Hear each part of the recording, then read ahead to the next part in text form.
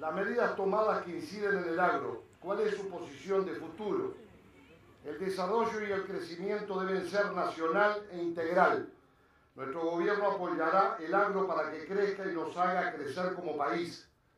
El shock productivo lo proponemos para todos los sectores de la actividad económica. Se debe tender a la eliminación de los aportes patronales a la seguridad social, de los impuestos a los combustibles y de las transferencias de UTE y Antel a rentas generales. En materia de energía se debe liberar la generación al sector privado sin límites. Son necesarias políticas concretas que se enmarquen en una concepción de país que no renuncie ni prescinda de ningún sector. Es necesario devolver o reinstalar el esquema de devolución de impuestos indirectos. Hay que fijar un rumbo, una política de inserción internacional programática al servicio del interés nacional y no de las ideologías. Pero también queremos decir, frente a la pregunta que se formulaba hace 10 años, cuando la rural se preguntaba en qué posición de la economía nacional ubica usted al productor agropecuario y su producción.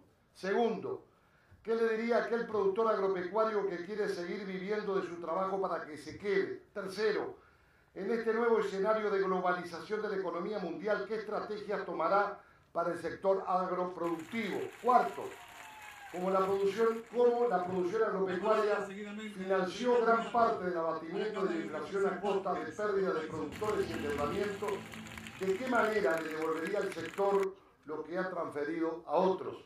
Quinto, ¿cómo, cuándo y en qué magnitud va a reducir el tamaño del Estado?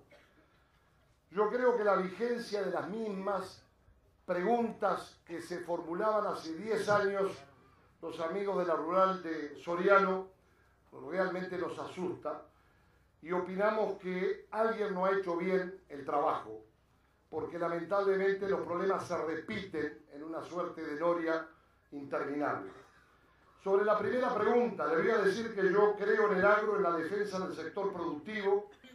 Mi propia trayectoria responde por mí, el proyecto vital que supone la vida del productor agropecuario, de su familia, representa los valores de esfuerzo y sacrificio personal que siento como propios. Sobre la pregunta 2, hay que proteger al sector, a la familia rural, crear posibilidades de desarrollo de la sociedad rural, mejorando las condiciones de vida en el campo para que la gente pueda elegir quedarse. Tenemos que evolucionar hacia una nueva ruralidad. Medidas concretas. Pensamos en la electrificación rural, llegar a los 2.000 kilómetros de ejecución por año y dar satisfacción a las más de 5.700 solicitudes pendientes de electrificación a partir de una fuerte participación de UTE con terceros. El país tiene que tener electrificación rural total. Descentralización educativa, en particular la universitaria, respetando, claro está, la autonomía. La educación a distancia. No puede ser que trasladar las facultades de veterinaria y agronomía al área metropolitana de Montevideo lo consideren descentralizador. Hay que hacerlo al centro del país para generar una revolución educativa en ese sentido. Tenemos que revitalizar la escuela rural como eje de la trama social de la vida rural en nuestro país. Caminería, riego, fondo de tierras para el repoblamiento de la campaña. Al productor rural le diría que aquí hay quien lo entienda, que confíe que tenemos el firme propósito de hacer la promesa realidad. Sobre la pregunta 3, hace falta además profundizar la vocación agroexportadora. Un mundo abierto ofrece desafíos y oportunidades, por eso debemos tomar varias medidas, mejorar la sanidad animal y vegetal, atraer inversiones para producir más y valorizar lo nuestro. Pero hay una cosa que tenemos que decir claramente, una política macroeconómica estable y clara, que estimule y no frene al sector, nunca más atraso cambiario. Una política tributaria que estimule la competitividad del sector y de los diferentes subsectores. Hay que vencer el cortoplacismo, planificar, tener estrategia incorporar la ciencia, la tecnología y la innovación. Aquí podemos citar como ejemplo el Plan Estratégico Nacional del Rubro Ovino del Sur para el periodo 2009-2015.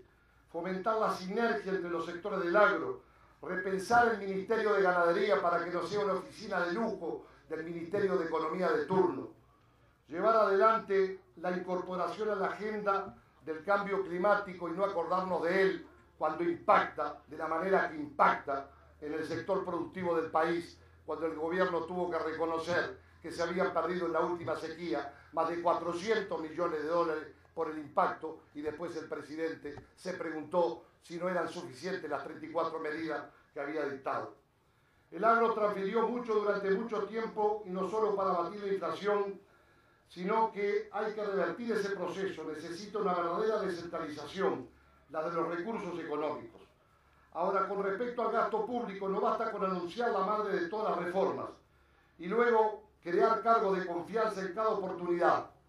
Entre junio del 2004 y diciembre del 2007, el número total de cargos públicos ocupados aumentó 6%, y en el mismo periodo el número de contratos a término pasó de 331 a 3.520. Lo primero entonces es no incrementar el gasto, reducir la relación gasto-producto, la cual permitirá reducir la carga impositiva. Y vamos a señalar que este gobierno nos va a dejar un déficit superior a 2 puntos del producto. Termino. Quienes no comprenden al sector, quienes no sienten lo que sienten el sector, nunca podrán hacer nada por él.